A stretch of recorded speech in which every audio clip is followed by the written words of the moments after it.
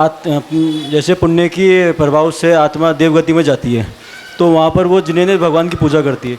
वैसे अगर अन्य धर्म के लोग स्वर्ग में जाते हैं तो वहाँ किसकी पूजा करते हैं वो? कि स्वर्ग में देवतागण जिनेंद्र भगवान की पूजा करते हैं, अन्य धर्म वाले जाते हैं तो वे किसकी पूजा करते हैं? यही है जी ना? माता। ऐसा है, चतुर निकाय के देवों के भवनों में और विमानों में जिन मंदिर के अलावा और कोई से मंदिर नहीं होते हैं। चाहे जैन जाए चाहे अजैन जाए, वहाँ पर सभी देव जिनेंद्र भगवान की ही पूजा करते हैं। आरिका की पूजा वाली जो बात है, ये चौके में बहुत से तो जैसे रास्ते में पाद प्रक्षालन कर लेते हैं, यूँ कहते हैं हम वस्त्रधारी की पूजा नहीं करते, तो क्या फिर चौके में उनकी नवदा भक्ति पूरी कहलाएगी क्या? क्योंकि नवदा भक्ति में तो पूजन आती है।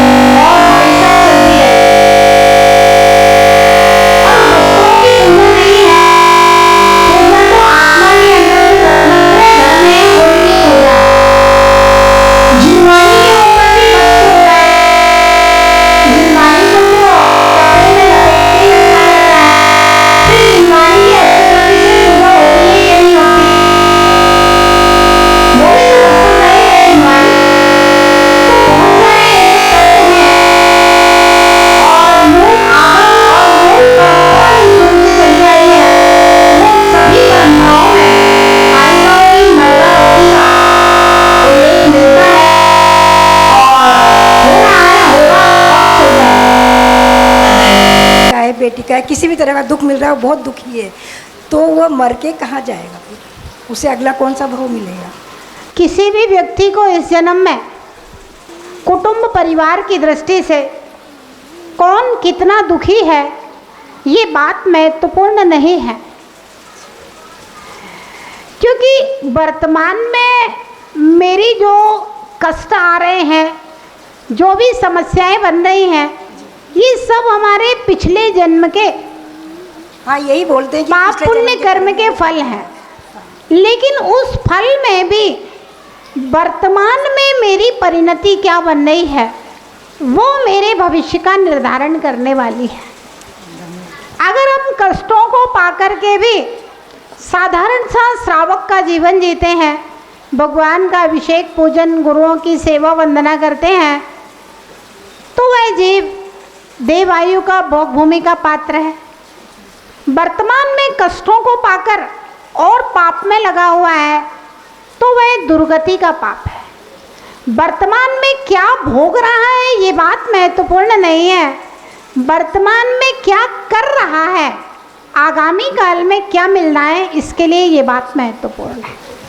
माता जी, मेरे पापा ने क्या लिखा है, माता जी हम अपने बहुमूल्य रत्न आभूषण की सुरक्षा के लिए लॉकर में रखते हैं।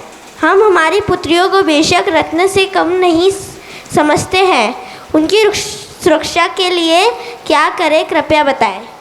सबसे पहला चीज़ ये है, अपनी पुत्रियों के लिए माताओं का कर्तव्य है कि ढंग के वस्त्र पहनाएं। बचपन से ही बच्चियों को आधे अधूरे कपड़े पहनने की आदत हो जाती है तो फिर बड़े होकर के उनको वैसे कपड़े पहनने में कोई संकोच नहीं लगता है। तो बचपन से ही अच्छे पूरे ढंग के वस्त्र जो हमारा भारतीय परिधान है उसके अनुरूप सलवार कुर्ता पहना है तो दुपट्टा डालने की आदत डालें।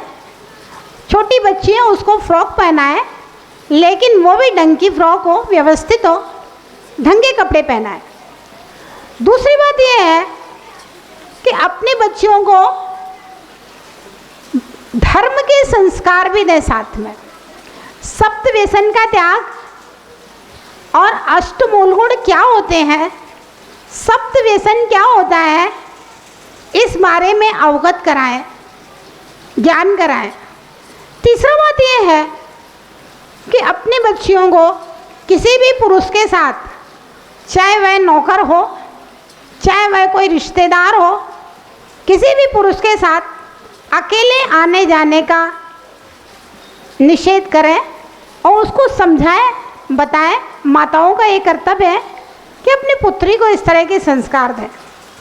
दूसरी बात यह है कि अगर हम जहाँ रह रहे हैं अगर वहाँ अच्छी पढ़ाई की व्यवस्था है, अच्छे स्कूल्स हैं, अच्छी कोचिंग है, तो हम बाहर भेजने की बच्चों को होड़ ना करें, ज़बरदस्ती बच्चियों को बाहर ना भेजें।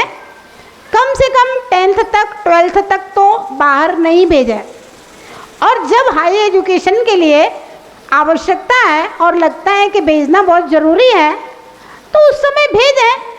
तो उनसे प्रतिदिन मोबाइल पे उनका समाचार लेना, सूचना लेना, और बेटा पढ़ना उतना ज़रूरी नहीं है, कोई परेशानी हो तो तुरंत वही टेलीफोन करके बार वापस आ जाओ। तो इस तरह से बहुत सारी चीज़ें ऐसी हैं। छोटे बच्चों को मोबाइल नहीं देना, थोड़ी से समझदार हो जाए और फिर आवश्यकता हो उस आवश्यकता के अनुसार मोबाइल देना। इस तरह से हम अपनी बच्चियों की सुरक्षा के लिए उपाय कर सकते हैं। और माताएं अधिक से अधिक, बच्ची छोटी रहे तो उसके साथ में रहे, उसकी देखरेख में विशेष ध्यान रखें, माताओं का विशेष कर्तव्य है। माता जी आपने बोला आलू जीव है, तो क्या बाकी सारी जमीकंद में भी उतना ही जीव है क्या?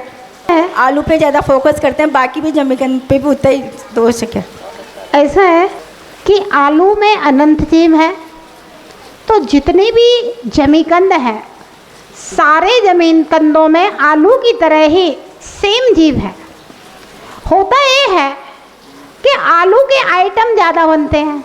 माता जी सभी आलू का पराठा, आलू की पूड़ी, आलू की कचौड़ी, आलू का सब्जी, आलू की पकोड़ा, हर चीज़ आलू की बनती है और आदमी खाता भी आलू ही ज़्यादा है। तो इसलिए आलू तो एक उपलक्षण मात्र है, आलू का नाम लिया जाता है, बाकी सभी जमीकंदों में आलू जैसा ही दोष है। और देखा जाता है जो आदमी आलू छोड़ देता है फिर वो बाकी चीज़ें उसके लिए छोड़ना सहज हो जाती हैं। तो इसलिए आलू का नाम लिया जाता है, लेकिन सभी जमीकंदों में बराबर ही दोष है। समस्त तारिका संघ के चरणों में बंदा माता जी, नंदीश्वर द्वीप में मनुष्य नहीं जा सकते हैं, लेकिन अंजन चोर की कहानी में पढ़ा है कि जिनेंद्र सेठ वहाँ पर पूजन कर रहा था। वह नंदीश्वर द्वीप में नहीं गया था, सुमेरु पर्वत के जिनालयों की वंदना करने गया था। तो पंच मेरुओं की वंदना के लिए विद्या से संपन्न लोग जा सकते हैं।